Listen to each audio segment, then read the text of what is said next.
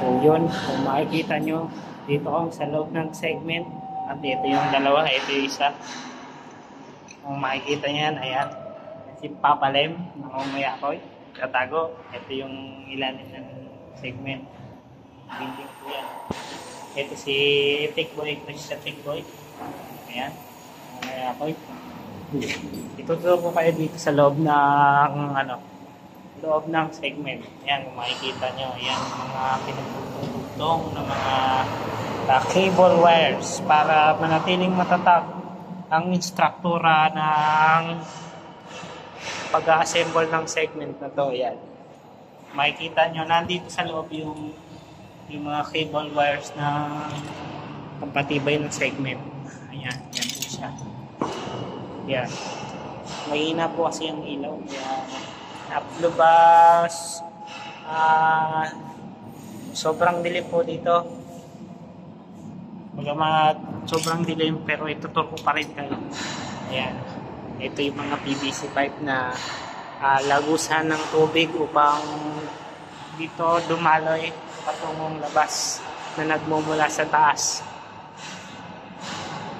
Ayan, ayan, ito po siya, number 10 segment po ito. Ito po yung dito po sa ibabaw na yan. Diyan po dumadaan yung dito po dadaan yung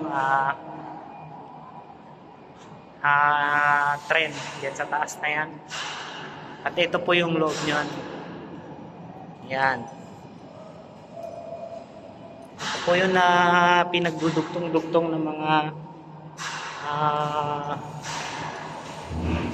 yan, mga segment. Ito po yun. At ito yung ginagawang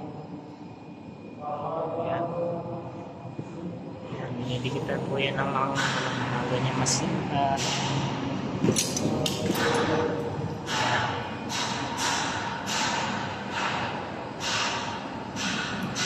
Sa mahaba po.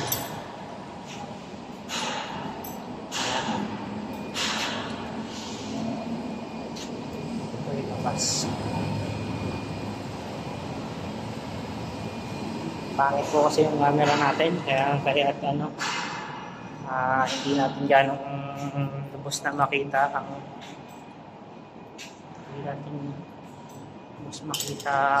labas.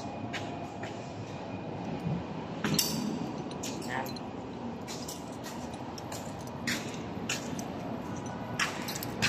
At ito po ako sa lukuyan nagbablog. Dito po ako sa segment 7. Number 7 po ito.